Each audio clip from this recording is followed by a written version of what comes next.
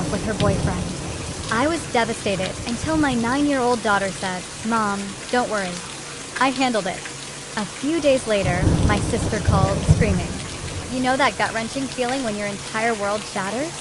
When the one person you bleed for, the one you raised, rips it all away. That's what happened to me, Georgina, a 35-year-old single mom from Seattle. My own sister, Ashley, didn't just break my heart. She stole every single penny I'd painstakingly saved for my daughter and me. But what she didn't know is that my 9-year-old, Lily, had been watching. And what Lily uncovered changed everything. Ashley came into my life when I was 7, a tiny, squalling bundle my parents brought home from the hospital. I still remember her minuscule fingers curling around mine the first time I held her, a bond instantly forming. Even with our 7-year age gap, we were inseparable. I taught her to ride her bike, helped with homework, and stood guard against the monsters under her bed. She was my shadow, wearing my hand-me-downs with pride, mimicking my every move. We had that unspoken language only siblings share, a secret world of dreams and whispered confessions. Our childhood wasn't perfect. When our parents fought, Ashley would crawl into my bed, and I'd spin stories until she drifted off to sleep. The fights escalated, turning uglier with each passing year.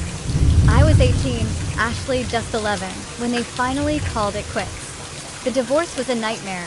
We were pawns in their bitter game. Mom fled across the country for a fresh start, and Dad buried himself in work and a new girlfriend half his age. My plans for college vanished. Someone needed to be there for Ashley, and that someone was me. I postponed my education, got a job at a local retail store. Every morning I woke Ashley, made her breakfast, checked her homework. Every evening I cooked dinner, helped with assignments, ensured she had everything she needed. I wasn't just a sister anymore. I was a stand-in mother, a counselor, a best friend, all rolled into one. You shouldn't have to do this. Dad would mumble during his rare appearances, guilt flashing across his face before he'd disappear again. "She's my sister," was always my simple reply. It truly was that simple to me. By the time Ashley started high school, I was juggling 2 jobs. My friends were graduating college, celebrating their futures, while I was serving coffee by day and waitressing by night. But watching Ashley thrive made it all worthwhile. She was smart, popular, driven.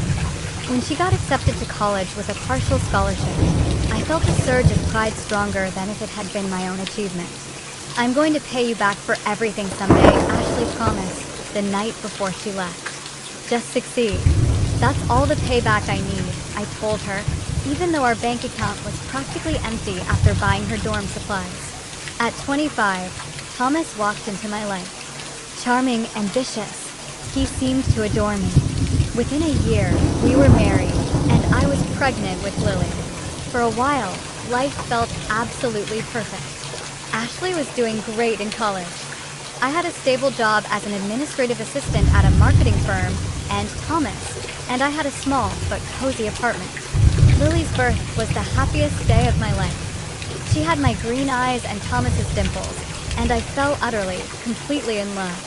Ashley drove 4 hours to meet her niece, bringing a handmade blanket she'd spent months knitting. "She's perfect, Georgie," she whispered, using my childhood nickname. "You're going to be the best mom ever." But the fairy tale cracked when Lily turned 3. Thomas started coming home late, always with flimsy excuses about work. His phone was always locked, and he grew distant, cold. When I found lipstick on his collar, yes, as cliché as it sounds, he didn't even try to deny the affair. Within months, our marriage imploded. Thomas moved across the country with his new girlfriend, barely bothering to keep in contact with Lily. I was suddenly a single mother with a broken heart and a mountain of bills. Those first months were a blur of tears, sleepless nights, and endless worry. Ashley, who had just graduated college, immediately packed her bags and moved in with us. "I've got you, sis," she promised. Just like you had me. Having Ashley there was a godsend. She helped with Lily, cooked meals when I worked late, and made me laugh when all I wanted was to cry. But after a few months, small, unsettling things started happening, things I brushed aside. $20 missing from my purse that I was certain I'd left there. Bills Ashley offered to pay online, but somehow never got paid, racking up late fees. A credit card I rarely used suddenly showed unusual charges that Ashley explained away as surprise gifts she was planning. "Did you take money from my wallet?" I asked once, hating the words as they left my mouth. "Georgie, I can't believe you'd ask me that," Ashley replied, her eyes welling with tears. "I must have borrowed it for groceries and forgotten to tell you." "I'm so sorry." I immediately felt guilty for doubting her. This was Ashley, the little girl who once gave her entire allowance to a homeless man, who stayed up all night with me when Lily had her first fever. If she borrowed money, it was an innocent mistake, not theft. After a year, Ashley found her own apartment nearby. She still came over almost daily and often watched Lily when I needed to work late. Lily adored her aunt, who brought her little gifts and took her for ice cream every Saturday. They had sleepovers where they built pillow forts and stayed up watching Disney movies. Looking back, I should have seen the warning signs. But when you love someone, you make excuses for their behavior. You create explanations that protect the image you have of them, and I loved my sister too much to see what was happening right before my eyes. 5 years after my divorce, I finally found my footing. Through night classes and countless hours of overtime, I worked my way up from administrative assistant to marketing manager. The promotion came with a substantial salary increase and better hours, allowing me more time with Lily, who is now 9 and growing into a remarkably perceptive little girl. "You're not as tired anymore, Mom," Lily observed one evening as we cooked dinner together, her small hands carefully stirring pasta sauce. "That's because I don't have to work 2 jobs anymore, sweetie," I replied, realizing how much my exhaustion had affected her. With my improved financial situation, I achieved what once seemed impossible: buying our own home. It wasn't large or fancy, a modest 3-bedroom in a safe neighborhood with good schools, but it was ours. The day we got the keys, Lily ran through every room, claiming the smallest bedroom with a bay window as her own. "We're never leaving, right, Mom?" she asked, her green eyes serious. "This is our forever home, I promise, and I meant it." For the first time since Thomas left, I could breathe, financially. I opened 3 separate accounts with specific purposes. First, a college fund for Lily with $15,000, a start toward her future education. Second, an emergency fund with $21,000, built slowly over 5 years of putting aside whatever I could spare. And finally, a savings account with $20,000 earmarked for a small business, a marketing consultancy I dreamed of starting so I could run it from home and be more present for Lily as she grew up. $56,000 in savings represented years of sacrifice, packing lunches instead of buying them, cutting my own hair, taking on freelance projects on weekends, never buying anything that wasn't absolutely necessary. Each deposit, no matter how small, was a victory in my quiet battle for security. While my life stabilized, Ashley seemed increasingly chaotic. Her calls became unpredictable, sometimes daily, sometimes with weeks of silence. She'd change jobs frequently, always with dramatic stories about unreasonable bosses or toxic workplaces. Her appearance changed, too, expensive clothes one month, unable to afford a haircut the next. "Can I borrow $500 until payday?" became a regular request, though the amounts grew larger and payday sometimes never came. I'd remind her gently about previous loans, and she'd become defensive or tearful. "I can't believe you're counting dollars with your own sister," she'd say, her voice trembling. After everything we'd been through, those words always struck their target. I'd transfer the money, telling myself it was just temporary, just family, helping family. After all, hadn't I put my entire life on hold for her once? Then Jake entered the picture. Ashley met him at a bar where she was waitressing and fell hard and fast.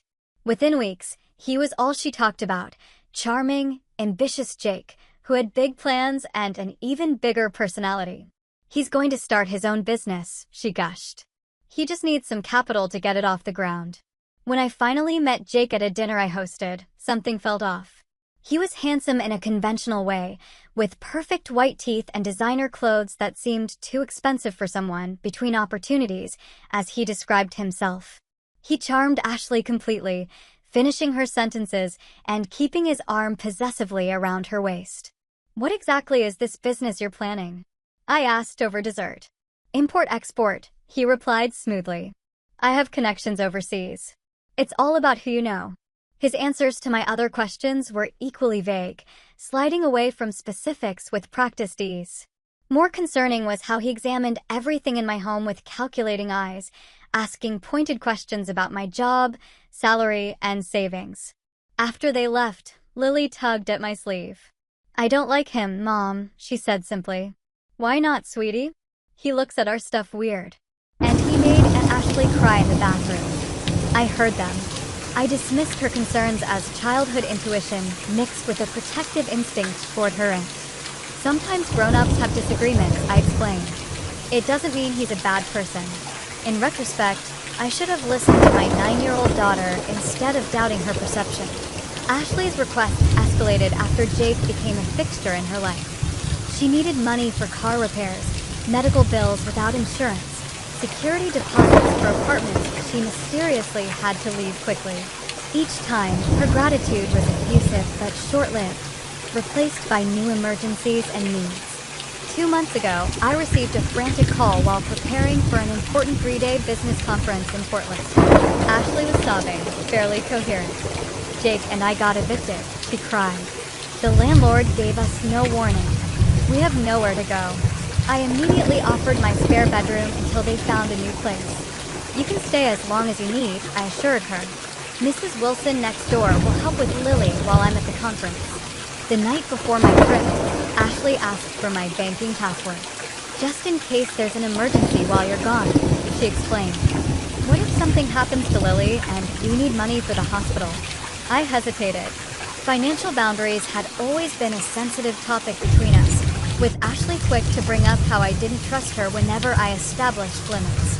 "I've set up an envelope with emergency cash in my dresser drawer," I countered, "and I'll have my phone the entire time." Her face fell. "You still don't trust me after everything?" "I'm 30 years old, Georgina, not a child." To avoid an argument before my trip, and to prove I did trust her, I reluctantly wrote down my banking password and left it on the kitchen counter. Only for a real emergency, I emphasized, ignoring the uneasiness settling in my stomach. As I drove to the airport the next morning, Ashley and Jake waved from the porch, Lily between them, already in her school uniform. If I'd known what would happen in the next 72 hours, I would have turned the car around and gone back. But I didn't know. I simply waved back, called out a final "love you all," and drove away, leaving everything I valued in the hands of the sister I trusted completely. The marketing conference went exceptionally well. I gave a presentation that impressed several potential clients, and my boss hinted at another possible promotion. During breaks, I called home to check on Lily, who sounded happy and excited about having her aunt staying over. "Jake is teaching me card tricks," she told me during our last call. "And Aunt Ashley said we can have pizza tonight." "That sounds fun, sweetie. I'll be home tomorrow afternoon and we can have a movie night, just the two of us." "Okay, Mom. Love you, infinity." "Love you, infinity +1, I replied, our usual exchange. Everything seemed fine until it wasn't. On my third and final morning at the conference, I tried calling Ashley to confirm my arrival time. No answer. I texted, assuming she was busy with Lily's school drop-off. By noon, with still no response, a nagging worry began to grow. I called Mrs. Wilson, who confirmed she'd taken Lily to school that morning as arranged. Ashley asked me to watch Lily after school, too, she added. Said she had some errands to run. "Is everything okay?" "I'm sure it's fine," I said, more to reassure myself than her. "Probably just phone problems." As I waited to board my flight home, I decided to check my bank accounts, something I hadn't done during the busy conference. I opened the banking app on my phone, entered my password, and watched as my world collapsed in an instant. My balance for all 3 accounts, $0. I blinked, assuming it was a glitch or I'd logged into the wrong account. I logged out and back in. Same result. My emergency fund, empty. Lily's college fund, empty. My business savings, empty. $56,000 gone. My hands started shaking so violently I dropped my phone. The boarding announcement became distant noise as blood rushed in my ears. I couldn't breathe. A kind stranger picked up my phone, concern on her face as she asked if I needed medical help. Somehow, I made it onto the plane. The 3-hour flight was torture, my mind cycling through increasingly desperate explanations. There must be a banking error. Ashley's phone was broken, and she'd explain everything. Perhaps there was a security breach, and the bank froze the accounts. Deep down, I knew none of these scenarios was true. Landing in Seattle, I called Ashley repeatedly while rushing to my car. Still no answer. I drove home, breaking every speed limit, praying I was wrong about what I already knew had happened. Our house looked normal from outside. Flowers still bloomed in the front yard where Lily and I had planted them. The porch light was on as if waiting for my return. But something felt off immediately. A stillness that suggested emptiness. Inside, Ashley's guest room was cleared out. No clothes in the closet, no toiletries in the bathroom, no note on the bed, just a faint, lingering scent of her perfume. I called the police with shaking hands, reporting the theft. The officer who arrived took details with professional detachment. Family fraud is unfortunately common, ma'am, he explained, typing notes into his tablet. Do you have any idea where your sister might have gone? No, I whispered, the reality crashing down harder with each passing minute. I thought I knew her. The officer's expression softened slightly. We'll file the report, but I should be upfront. Recovery in these cases is difficult, especially with family members who know your personal information. After he left, I sat motionless at my kitchen table, staring at the wall.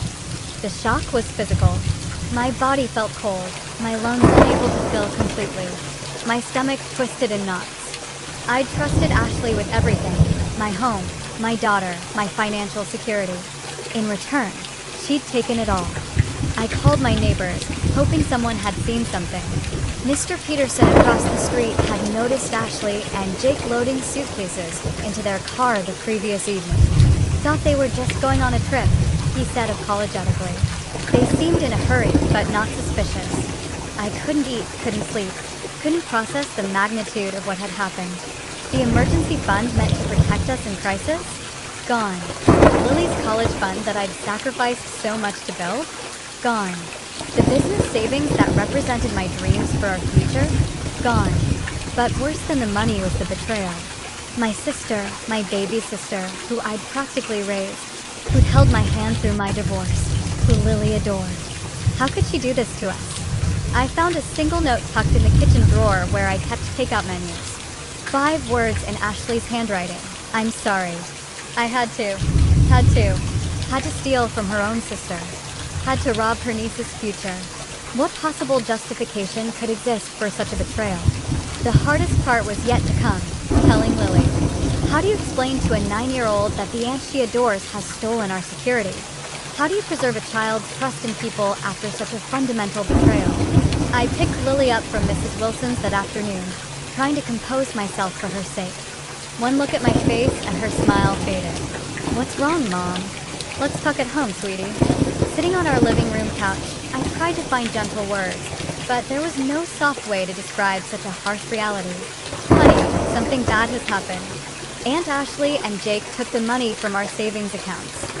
All of it. The money for college and emergencies? Lily asked, her voice sweet. Yes, I confirmed. Tears finally breaking through. And they left without telling us. I'm so sorry, Lily. I trusted her and I couldn't continue. Sobs overtook me for the lost money, for the shattered relationship, for my daughter who deserved better than this chaos. I'd failed to protect her, failed to see what was happening under my own roof. Lily watched me cry with a strange calmness, her young face showing a maturity beyond her years. Then she said the words that would change everything. Mom, don't worry. I handled it. Through my tears, I stared at my daughter in confusion. Her face was serious, determined. Not at all what I expected from a child just told her beloved aunt had betrayed us. What do you mean you handled it? I asked, wiping my eyes. Lily stood up. walked to her bedroom, and returned with my old smartphone, a device I'd given her for games after upgrading mine last year. She sat beside me, her small fingers navigating to the photo gallery with practiced ease. "I never liked Jake," she began, her voice steady. He smiled weird, not with his eyes. "Sweetheart, what are you talking about?" "2 weeks ago, I heard them fighting in the guest room when you were working late. Jake was telling Aunt Ashley they needed money fast. Big money." Lily's face scrunched up, recalling the memory. "I was scared, so I started recording them on your old phone whenever they were here and I was around." She handed me the phone, showing a video file dated 10 days earlier. With trembling hands, I pressed play. The video showed my kitchen from an unusual angle, apparently hidden behind the fruit bowl on the counter. Ashley and Jake stood arguing in hushed, but intense voices. "Your sister is loaded, Ash," Jake hissed. 3 accounts with almost 60 grand. "We could use that." "I'm not stealing from Georgina," Ashley replied, looking genuinely horrified. "She raised me. She's done everything for me. And now she gets to live in this nice house while we get evicted again? She owes you." Jake's handsome face was transformed by greed, his eyes cold. "Besides, it's borrowing, not stealing. We'll pay her back after my deal comes through." I watched in stunned silence as my sister shook her head, insisting she wouldn't betray me. The video ended, and Lily queued up another from the following day. This one showed a different angle, from behind a plant in the living room. "I got better at hiding the phone," Lily explained with a hint of pride. In this recording, Jake's tactics had changed. No longer demanding, he was pleading, his arm around Ashley's shoulders. "Baby, I'm in trouble. These aren't the kind of guys you can just tell, 'Sorry, don't have it.' They'll find me, and it won't be pretty." His voice broke convincingly. "I never told you this, but they broke my brother's legs over less money." Ashley's face showed fear. "Why didn't you tell me before? How much do you owe?" "50,000. I was trying to protect you from worrying." My heart sank. Jake was manipulating Ashley, playing on her sympathies, and from the look on her face in the video, it was working. "There are more," Lily said quietly, scrolling through dozens of video files. "I recorded everything when they were here." "How did you know to do this?" I asked, astounded by my daughter's foresight. Lily shrugged. "From those detective shows we watch, the bad guys always talk about their plans if you listen long enough." The next video showed Jake on his phone in our backyard, speaking in a completely different tone than he used with Ashley. "Yeah, I found a perfect mark," he was saying, grinning. "Sister's got at least 50 grand saved up. And the best part, she trusts the girlfriend completely. We'll clean it out and be in Mexico before they know what hit them." My stomach turned. Jake wasn't just opportunistically taking advantage of Ashley. He had targeted us from the beginning. But the most revealing video was from the night before I left for the conference. It showed my bedroom, filmed from what appeared to be Lily's hiding spot in the closet. Ashley was sitting on my bed, head in her hands, while Jake paced. "I can't do this," Ashley sobbed. "Georgina will be devastated." Jake's charming facade had completely vanished. "You don't have a choice anymore," he snapped.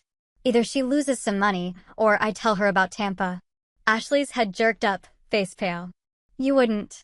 Try me. Your perfect sister doesn't know everything about you, does she? How do you think she'd feel knowing what you did there?" The threat hung in the air. Ashley's shoulders slumped in defeat. "Fine, but we're paying her back. Every cent." "Sure, baby. Whatever you say." Jake's smile was cold. Victorious. I paused the video, my mind reeling. "Tampa?" Ashley had never mentioned Tampa to me.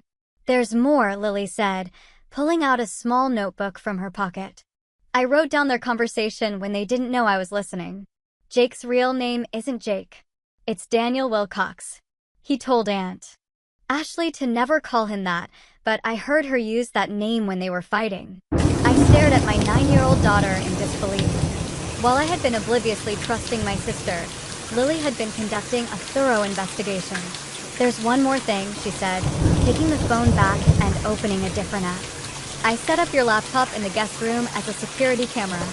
I told Aunt Ashley I needed it for a school project, but I was really using that spy program you installed when you thought I was playing too many games." The irony might have made me laugh in different circumstances.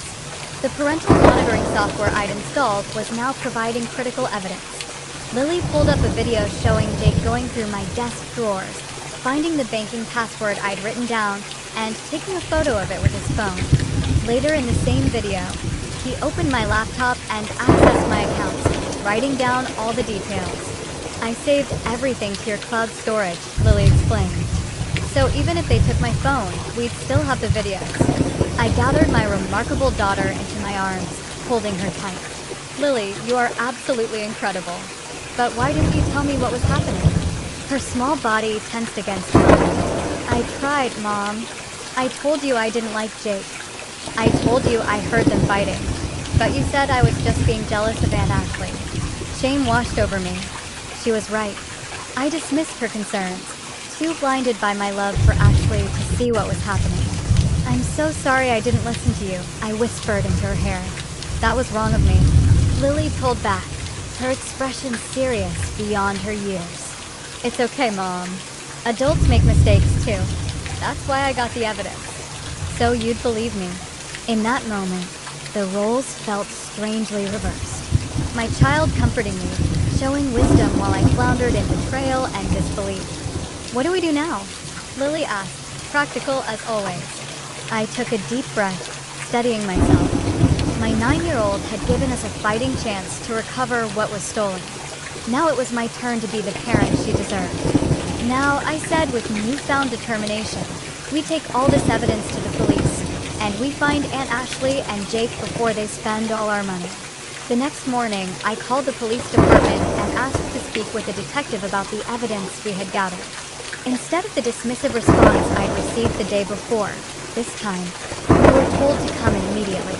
Lily insisted on bringing her entire investigation kit, the phone, notebook, and a folder where she'd printed screenshots from key videos. Detective Sandra Johnson was a sharp-eyed woman in her 40s who reminded me of the no-nonsense teachers I'd respected most in school. She welcomed us into her office, giving Lily a genuine smile. I understand you've collected some evidence, she said, directing her words to my daughter with appropriate seriousness. Lily nodded solemnly and opened her folder. I have video, audio, and written documentation, she replied, sounding like a miniature FBI agent. Under different circumstances, I might have laughed at her formality. For the next hour, we showed Detective Johnson everything Lily had gathered. She watched the videos with increasing interest, pausing occasionally to take notes or ask clarifying questions. When we reached the video where Jake mentioned his real name, she straightened in her chair. Daniel Wilcox, she repeated, typing something into her computer. Let me check something. A moment later, she turned her monitor toward us. The screen showed a mugshot of Jake, or rather, Daniel, looking significantly less polished than the charming man who'd entered our lives. Daniel Wilcox has quite a record, Detective Johnson explained. Fraud, identity theft, confidence schemes. He's wanted in 3 states for similar scams, targeting women, usually through their female relatives or friends, gaining access to finances, then disappearing with the money. He's done this before? My voice sounded hollow even to my own ears. Many times. His specialty is finding vulnerable women, gaining their trust, then using them to access their family's resources. Her expression softened slightly. Your sister isn't the first to fall for his manipulation, Mrs. Taylor. Did you find them? Lily asked, leaning forward anxiously. With this evidence, absolutely. We can put out alerts, freeze accounts, and coordinate with other jurisdictions. Detective Johnson looked directly at Lily. You've done exceptional work here, young lady.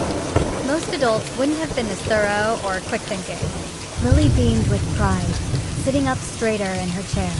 We'll need formal statements from both of you, the detective continued. And I'll want copies of all this evidence, but I'm confident we can build a solid case. As we left the police station, I felt the first stirrings of hope. The money might still be gone, but at least Ashley and Jake, Daniel, wouldn't simply get away with it. 3 days later, Detective Johnson called with news. They traced activity on my credit card to a hotel in Las Vegas. Local police were preparing to make an arrest, but they needed me to confirm certain details first. We believe they've already spent a significant portion of the money, she warned me. but we might be able to recover whatever's left. That evening, as Lily and I were eating dinner, my phone rang with an unfamiliar number. When I answered, Ashley's voice exploded through the speaker so loud I had to hold the phone away from my ear. "How could you, Georgina? How could you send the police after your own sister?" She was screaming, her words slurred slightly. "They arrested Jake at the casino. They're outside our hotel room right now." I put the phone on speaker so I wouldn't have to hold it, my hands suddenly shaking. "You stole $56,000 from me, Ashley. From your niece. What did you expect me to do? He needed the money. They were going to hurt him. You have no idea what you've done, what I've done." The absurdity of her accusation broke something inside me. "You emptied my savings accounts. You took Lily's college fund. Jake said we'd pay it back. It was just temporary." I laughed bitterly. "Is that what he told you while he was planning your escape to Mexico? While he was calling you his perfect mark?" There was a moment of silence. "What are you talking about? Your boyfriend is a con man, Ashley. His name isn't even Jake. It's Daniel Wilcox. He's wanted in 3 states for scamming women exactly like you." "You're lying," she hissed, but uncertainty had crept into her voice. "The police showed me his record. This is what he does, Ashley. He finds women, uses them to access their family's money, then disappears. You're not special to him. You're just a tool." "Shut up," she screamed. "You're jealous because someone finally loves me more than they love you. You've always had everything, the nice house, the perfect daughter, the successful career." "What do I have?" "Nothing." Her words hit me like physical blows. Was that really how she saw our relationship, as competition? "I put my entire life on hold for you," I said quietly. "I gave up college to raise you. I've bailed you out financially more times than I can count.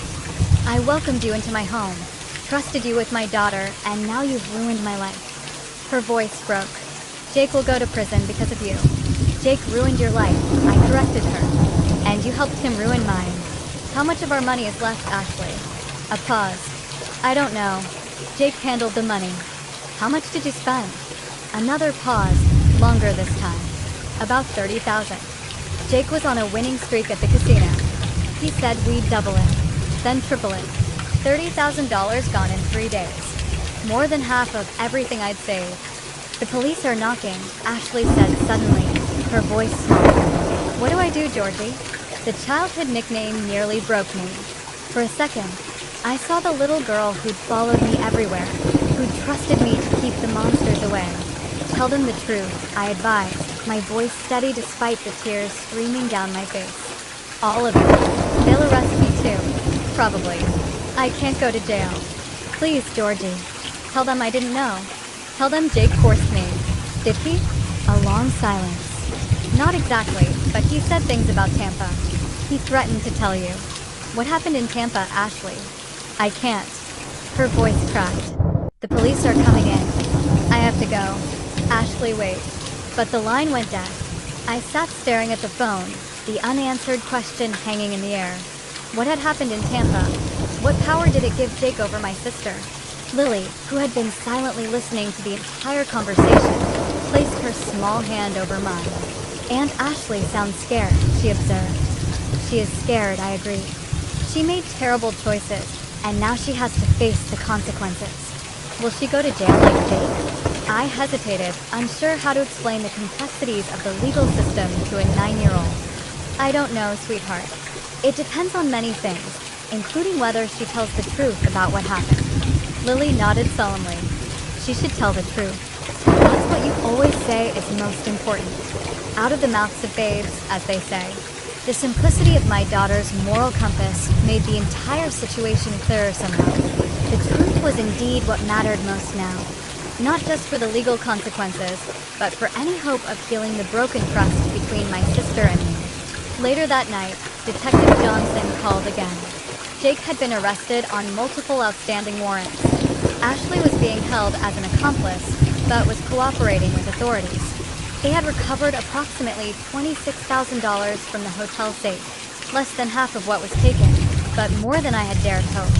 "We'll need you to come to Las Vegas to make a formal identification and statement," she explained. "The district attorney there will want to talk to you about pressing charges against your sister." Pressing charges against Ashley. The words felt surreal. This was my baby sister, the girl whose scraped knees I had bandaged, whose nightmares I had soothed, whose graduation I had attended with tears of pride. How had we arrived at this point? As I lay awake that night, I thought about Ashley's accusations.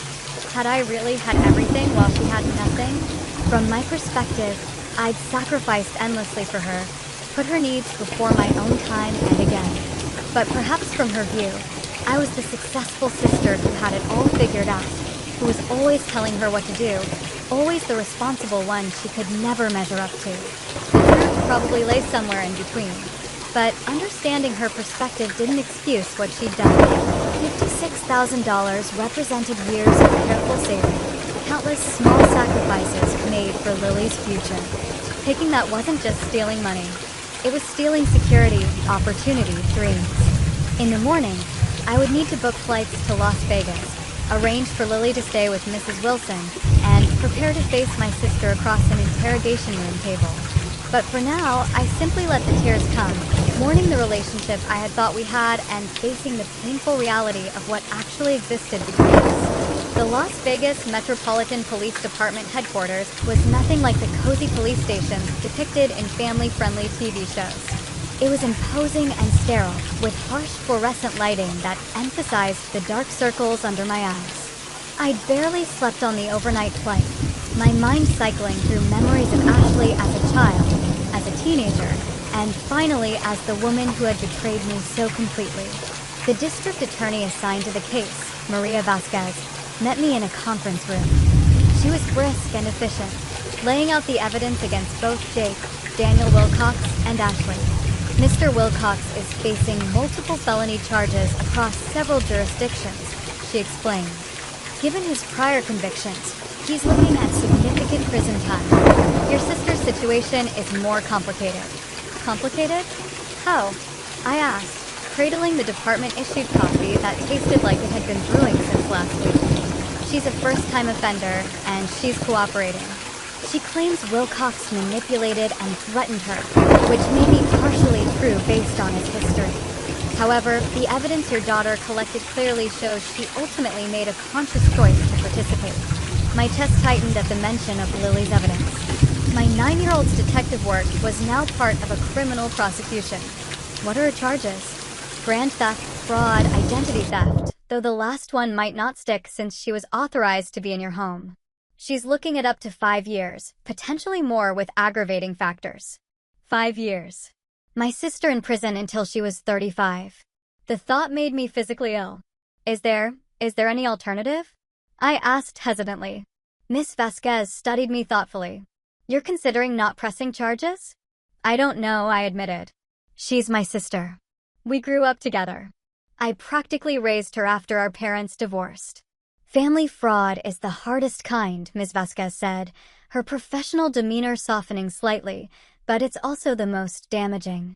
Your sister betrayed your trust in the most fundamental way. I know. However, she continued, there is one possibility.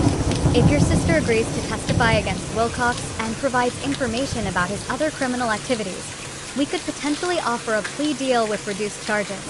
What would that look like? Possibly 18 months in a minimum security facility, plus probation and restitution orders. But that depends entirely on how valuable her testimony is and her level of cooperation. 18 months still seemed an eternity, but it was better than 5 years, and restitution meant she would eventually have to pay back what was taken. Can I see her? I asked. Miss Vasquez made a phone call, and 30 minutes later, I was led to a small room with a metal table bolted to the floor. When they brought Ashley in, I barely recognized her. Her usually perfect hair hung limp around her pale face. The designer clothes were replaced by an orange jumpsuit that made her look small and vulnerable. Without makeup, she appeared younger, more like the sister I remembered. Georgie, she whispered, eyes filling with tears. I didn't think you'd come. I needed answers, I replied, keeping my voice neutral despite the emotions churning inside me. We sat across from each other, a gulf wider than the metal table between us. They arrested Jake, she said unnecessarily. He had fake IDs in the hotel room, passports with different names. His name is Daniel, I reminded her. And yes, Detective Johnson told me he's wanted in multiple states. Ashley's face crumpled. I didn't know. I swear I didn't know who he really was. Maybe not at first, I conceded.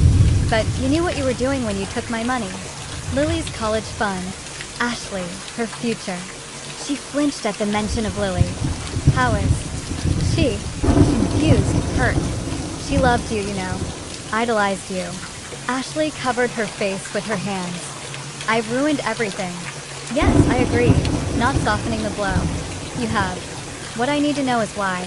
What happened in Tampa that Jake could use against you? Her hands dropped, eyes widening. How do you know about Tampa? I heard you mention it on the phone, and Lily's videos caught Jake threatening to tell me about it. What did you do that was so terrible? Ashley glanced at the guard standing by the door, then leaned forward, lowering her voice. 2 years ago, I was in Tampa with some friends. We were at this club, and I met a guy. He was older, successful. We hit it off, went back to his hotel. She paused, swallowing hard. The next morning, I noticed his wedding ring on the bathroom counter. He'd taken it off at the club. When I confronted him, he offered me money to keep quiet. $10,000. I was broke, about to be evicted. Her voice trailed off. You took it, I finished for her. She nodded miserably. It got worse. He started calling, wanting to see me whenever he was in town, offering more money each time. It went on for months before I finally blocked his number and moved. You were blackmailing him, I stated flatly. I didn't see it that way then. I told myself he was just paying for companionship. She laughed bitterly. I was no better than a donkey, I interrupted. That's not what this is about. Jake found out somehow. He had this way of getting me to tell him things, then using them against me later. He said if I didn't help him get your money, he'd tell you everything. That you'd be disgusted with me. That I'd lose you and Lily forever. So instead, you chose to steal from us. I believed him when he said we'd pay it back. Her eyes pleaded for understanding. He showed me investment returns, business plans. It all seemed legitimate. By the time I realized what was really happening, we were already in Las Vegas, and he was gambling away thousands at the casino. I studied my sister's face, searching for the truth. Was she lying now to save herself, or had she genuinely been manipulated by a practiced con man? The answer was probably somewhere in between. Not innocent, but perhaps not as calculating as I'd feared. The DA is offering you a deal, I said, finally. Testify against Jake, Daniel, and they'll reduce your charges. 18 months instead of 5 years. Hope flickered in her eyes. You'd do that for me? After what I did? I'm not doing it for you, I clarified. I'm doing it because sending you to prison for 5 years won't get my money back. This way, you'll serve less time and have to make restitution. Her face fell at my cold logic. I understand. Do you? Because I need you to fully comprehend what you've done, Ashley. You didn't just take money. You betrayed my trust completely. You broke Lily's heart. You damaged our family in ways that might never heal. Tears spilled down her cheeks. I know, and I'll spend the rest of my life trying to make it right. I promise. Promises from you don't mean much right now, I said, standing up. Take the deal. Cooperate fully. Pay back every cent you can. That's the only path forward I can see right now. Georgie, wait, she called as I turned to leave. Do you think you'll ever forgive me? I paused at the door, the question hanging heavily between us. I don't know, I answered honestly. Right now, I can't even imagine it. The weeks that followed were some of the hardest of my life. With only $26,000 recovered, I was facing a financial crisis. My emergency fund was depleted. Lily's college savings nearly wiped out. I had to take on freelance projects on weekends just to make ends meet, often working until midnight after Lily was asleep. My coworkers, upon learning what happened, organized a surprise fundraiser that brought me to tears. Family Emergency Fund for Georgina and Lily read the online campaign they created, which raised nearly $7,000 from colleagues, clients, and even competitors in our industry. Their kindness was a bright spot in an otherwise dark time. Lily, remarkable child that she was, never complained about our suddenly tighter circumstances. No more weekly pizza nights, no summer camp this year, fewer new clothes. She accepted each change with a maturity that both impressed and concerned me. No 9-year-old should have to be that grown-up. I arranged for her to see the school counselor, worrying about the psychological impact of her aunt's betrayal. Miss Patel, the counselor, assured me that Lily was processing the situation remarkably well. She feels empowered by her role in solving the crime, Miss Patel explained during our parent conference. Rather than feeling victimized, she sees herself as the hero of the story. But is that healthy? I worried. Shouldn't she be more upset? Children are resilient, Miss Taylor. And Lily has a strong sense of justice. She's hurt by her aunt's actions, certainly, but she's focused on the fact that the bad guys were caught. That's actually a very healthy response. I wished I could say the same for my own emotional state. I'd oscillated between rage and grief. Sometimes waking in the middle of the night from dreams where Ashley and I were children again, innocent and inseparable. Other times, I'd find myself compulsively checking my bank accounts, paranoid about further theft, despite the changed passwords and added security measures. Ashley called from jail 3 weeks after her arrest. I almost didn't accept the collect call, but something, habit, perhaps, or lingering sisterly concern, made me agree. I took the deal, she said without preamble. I'm testifying against Jake Daniel, whatever his name. Good, I replied, uncertain what else to say. They're transferring me to a facility in Washington next month to serve my sentence. 18 months, like you said. And I'll be on probation after that with restitution payments. I nodded, then realized she couldn't see me. That's good, Georgie. I need to see you before they transfer me. Please. There are things I need to say in person. My first instinct was to refuse. What could she possibly say that would make any difference? But the rawness in her voice gave me pause. I'll think about it, I said finally. And Lily, could I see her too? Just once. Absolutely not, I said firmly. You've done enough damage there. The call ended soon after, leaving me with a decision to make. Did I owe Ashley one last visit? Did I need it for my own closure? The questions plagued me for days until I finally made up my mind. I would see her once more before her transfer, not for her sake, but for mine. To look my sister in the eye and try to understand how we had arrived at this broken place, to search for any possibility of redemption, however distant it might be. The county detention center looked even more dismal in the light of early morning. I'd chosen a weekday visit, leaving Lily with Mrs. Wilson after school, rather than subjecting her to this place. The guard escorted me to the same sterile meeting room where I'd seen Ashley 3 weeks earlier. When she entered, I noticed subtle changes. Her jumpsuit hung looser on her frame, suggesting weight loss. Dark circles shadowed her eyes, but her expression was calmer, more settled than before. Thank you for coming, she said, taking the seat across from me. I wasn't sure you would. Neither was I admitted. We sat in uncomfortable silence for a moment. 28 years of shared history suddenly insufficient for conversation. I've been seeing a therapist here, Ashley finally said. Part of the pre-sentencing program. It's been illuminating. In what way? She traced a pattern on the metal table with her finger. We've been talking about patterns. How I've spent my whole life defining myself in relation to you. I frowned. What does that mean?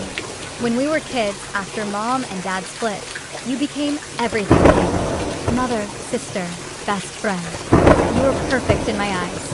Responsible, smart, together. Everything I wasn't. I was just doing what needed to be done, I said, uncomfortable with her characterization. I know that now. But back then, I put you on this pedestal. And as I got older, I started to resent you. Because no matter what I did, I couldn't measure up. The words stung, but contained a ring of truth I couldn't deny. So, I started acting out, she continued. Making choices I knew you wouldn't approve of. Doing things specifically because they would disappoint you. It was childish and stupid, but it was the only way I knew to establish my own identity. By stealing from me, I couldn't keep the edge from my voice. No, that was different.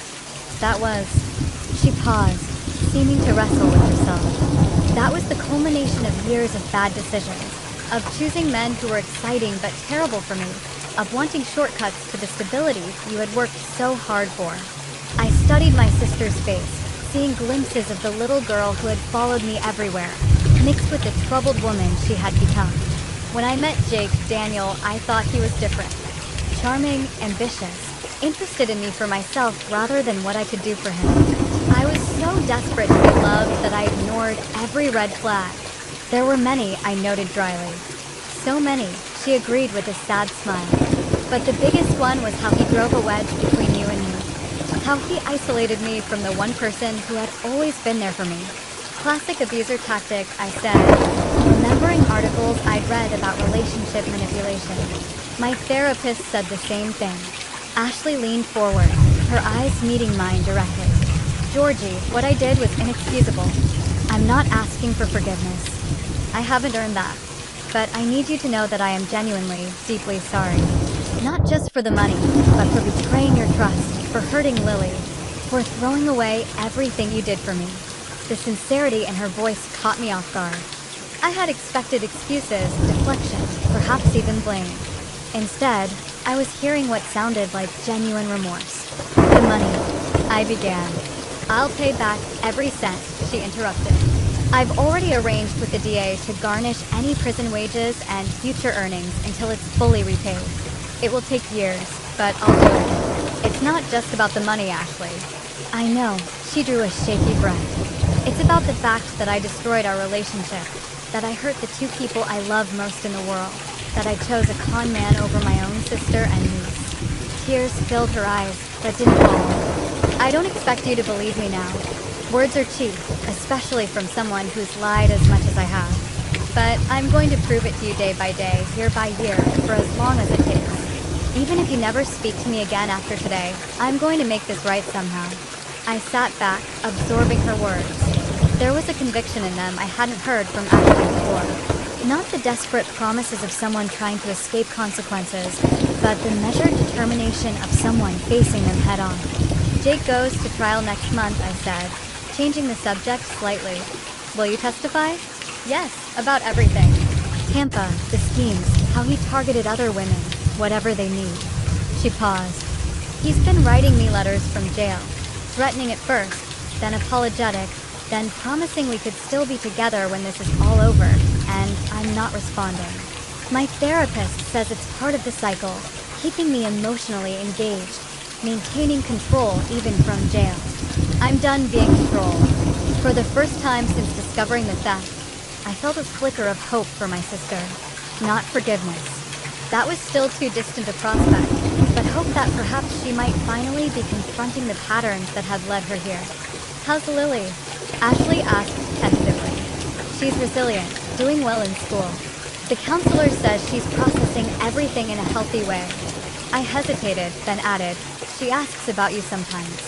Ashley's eyes widened. She does? She wants to know if you're okay, if you're sorry for what you did. And what do you tell her? The truth. That you made very bad choices that hurt a lot of people, and now you have to face the consequences. But that, yes, I think you're sorry. A tear finally escaped, tracking down Ashley's cheek. Thank you for that. For not painting me as a monster to her. And she loves you despite everything.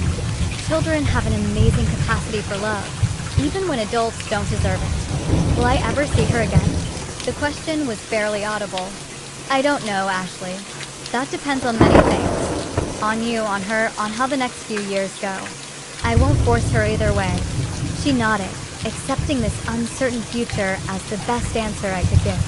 When the guard indicated our time was nearly up, Ashley reached across the table, her hand stopping short of touching mine. There's one more thing I need to say, she began. Something my therapist and I have been working on. I need to take full responsibility without excuses. She straightened her shoulders. I stole from you. I betrayed your trust. I hurt your daughter. These were my choices, regardless of Jake's influence. I alone am responsible for what I did, and I will accept whatever consequences come from it, legal and personal. The words seemed rehearsed, but sincere. A therapeutic exercise transformed into genuine accountability. Thank you for saying that, I said quietly. It matters. As I stood to leave, Ashley remained seated, hands folded in front of her. Will you write to me? She asked. Just occasionally. Let me know how you and Lily I paused at the door. I'll think about it. It wasn't a promise, but it wasn't a refusal either. For now, it was all I could offer. True to her word, Ashley testified against Jake the following month. His trial revealed a pattern of crime spanning nearly a decade. Multiple identities, countless victims, hundreds of thousands of dollars stolen from vulnerable women and their families. With Ashley's testimony and evidence from other victims, he was sentenced to 12 years in federal prison. Ashley began her 18-month sentence at a minimum security facility in Washington State. True to her words, she wrote regularly letters I didn't answer at first, then began to read, and eventually, months later, started to reply to its brief updates about our lives. The healing process was slow and painful. Some days the anger would return full force, especially when financial stress hit hardest.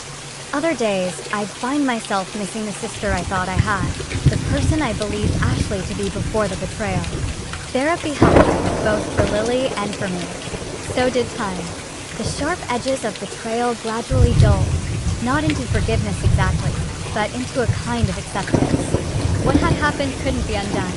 The question was how to move forward. 1 year after Ashley's arrest, our lives had found a new normal. I'd received a significant promotion at work, partly due to a major client I'd brought in through one of my weekend freelance projects. Lily was thriving in school, her brief detective career having sparked an interest in computer science and technology. She joined a coding club and spent hours creating simple games and programs. The restitution payments from Ashley's prison job were small but steady. Combined with what had been recovered initially and my increased salary, we were slowly rebuilding our financial security.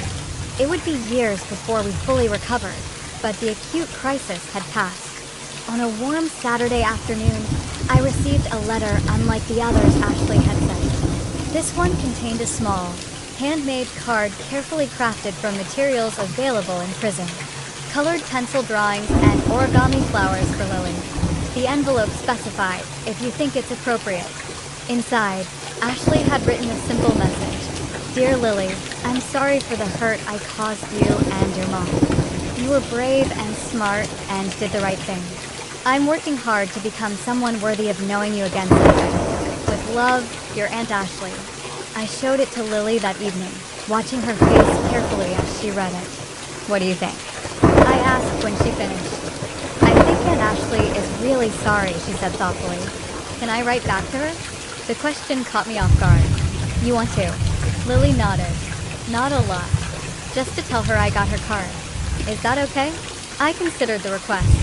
The counselor had advised following Lily's lead regarding contact with Ashley, emphasizing that forcing either communication or separation could be harmful.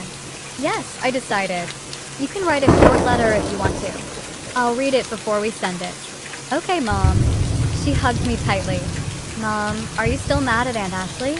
I stroked her hair, considering my answer carefully. I'm still hurt by what she did, but I'm not as angry as I was. She's trying to make things right, and that matters. Will she come live with us again when she gets out of jail? No, sweetheart. That won't happen. But maybe someday we might see her occasionally, in a public place, with supervision at first. If she continues to show she's changed. Lily seemed satisfied with this answer, accepting the complex reality with the adaptability children often show. In the months that followed, a tentative communication developed. Cards and letters exchanged on birthdays and holidays. Brief updates shared through carefully composed notes. It wasn't forgiveness exactly, but it was something. A tiny bridge being rebuilt across a chasm of betrayal. Ashley was released after serving her full 18 months. As required by her probation, she moved into a halfway house, found a job at a local restaurant, and continued therapy. Her restitution payments increased with her waitressing income and tips. 6 months after her release, we met at a park near my home, neutral territory, public and safe. The woman who approached our bench looked both familiar and strange. My sister, but humbled.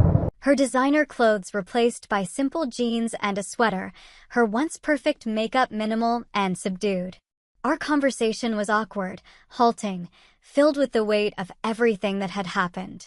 Lily, more resilient than either of us, broke the tension by showing Ashley her latest coding project on a tablet, a simple game she'd created where a detective character collected clues to solve mysteries, which brought surprise laughter from all of us. That meeting didn't magically restore our relationship. Nothing could erase the betrayal or instantly rebuild trust shattered so completely. But it was a beginning, a tentative step towards something new.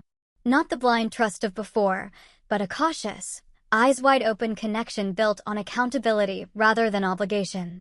Through this painful journey, I learned lessons I never expected. That sometimes the people closest to us can cause the deepest wounds. That forgiveness isn't a single decision, but a daily choice. That boundaries aren't selfish, but necessary for healthy relationships. And most importantly, that listening to a 9-year-old's instincts might be the wisest choice of all. I also learned that family isn't defined by unconditional acceptance of harmful behavior, but by the courage to hold loved ones accountable while leaving room for genuine change. True love sometimes means walking away until healing can happen for both parties. Today, 3 years after that terrible discovery, Ashley and I speak monthly. She's making steady restitution payments and building a new life, modest but honest. Lily sees her occasionally, always with me present. Trust returns in microscopic increments, earned through consistent actions rather than promises. I sometimes wonder what would have happened if Lily hadn't been so observant, so brave, so determined to protect us. Would Ashley have eventually returned on her own? Would she have recognized Jake's manipulation without the legal consequences that forced her to confront reality? Would I have ever learned the truth about my sister's resentment and jealousy that fueled her choices? I'll never know. But I do know this. The greatest wisdom sometimes comes from the most unexpected sources, like a 9-year-old who saw what I couldn't see and acted when I wouldn't. Have you ever experienced a moment when a child's perception cut through adult blindness to reveal an uncomfortable truth? And as this story quietly slips away into the shadows of your mind, dissolving into the silent spaces where memory and mystery entwine, understand that this was never just a story. It was an awakening. A raw pulse of human truth wrapped in whispered secrets and veiled emotions. Every word a shard of fractured reality. Every sentence a bridge between worlds seen and unseen, between the light of revelation and the dark abyss of what remains unsaid. It is here, in this liminal space, that stories breathe their most potent magic, stirring the deepest chambers of your soul, provoking the unspoken fears, the buried desires, and the fragile hopes that cling to your heart like fragile embers. This is the power of these tales. These digital confessions, whispered into the void where anonymity becomes the mask for truth, and every viewer becomes the keeper of secrets too heavy to carry alone. And now that secret, that trembling echo of someone else's reality, becomes part of your own shadowed narrative, intertwining with your thoughts, awakening that undeniable curiosity. The insatiable hunger to know what lies beyond. What stories have yet to be told? What mysteries hover just out of reach, waiting for you to uncover them? So hold on to this feeling, this electric thread of wonder and unease. For it is what connects us all across the vast unseen web of human experience. And if your heart races, if your mind lingers on the what-ifs and the maybes, then you know the story has done its work. Its magic has woven itself into the fabric of your being.